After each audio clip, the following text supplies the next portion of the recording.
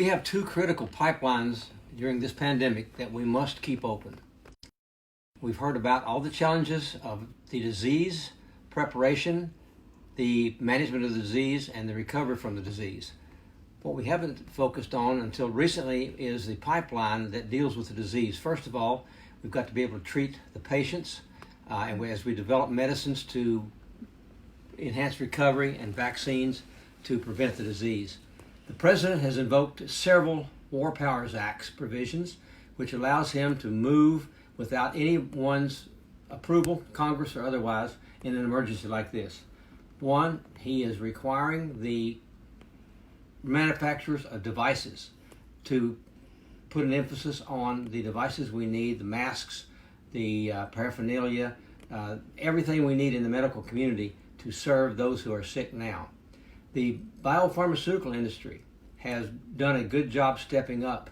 They are collaborating with their scientists, they're collaborating with their factories, and they're gearing up to produce the best that the world has in meeting this challenge with medicines that may have been approved for other uses in the past. FDA is moving fast to try to approve 2 or 3 of those, which will shorten the duration and severity of the disease. They are pooling their scientists and their knowledge with the world to create a vaccine. Unfortunately, that could take 1.5 years because that's just the way we do vaccine development to make sure it's safe and effective. But the War Powers Act will allow industries to focus their manufacturing ability on what we need for this crisis. And we're short of a lot of materials for this crisis. The second issue is a pipeline of food and food security. Once we have folks that are sick, once we are even recovering, we have to be able to feed those people. The Homeland Security has just designated agriculture as a critical industry. This means that agriculture operates no matter what.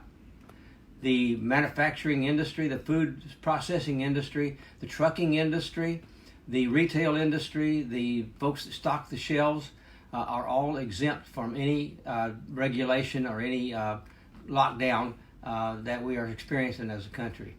A few days ago, the Department of Transportation lifted the hours of service designation for truckers. That means if they have to drive all night to get to the store, they can drive all night.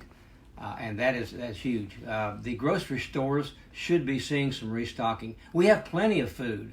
Our challenge is to get that food from the plant to the grocery shelf. The industry of agriculture is working together to make sure we get the food we have now to consumers. Like I say, we have plenty of food. In fact, we have more than enough food. Our challenges are to get it down the pipeline to the consumer. The second part of our challenge is to get the crop in the ground for next year. The designation of critical industry also means that whatever it takes to put a crop in the ground for next year is going to happen. Trucks can move fertilizer, pesticides, they can move seed, equipment dealers can haul equipment. The folks that repair equipment will be able to repair equipment to get these machines in the field. So the second challenge we have is to get that new crop in the ground. With the President invoking some War Powers Act and with Homeland Security designating agriculture as a critical industry, we're well on our way to accomplishing this. Not unlike World War II, when there were a lot of designations like this to make sure that the most needed supplies reach the end point as fast as possible.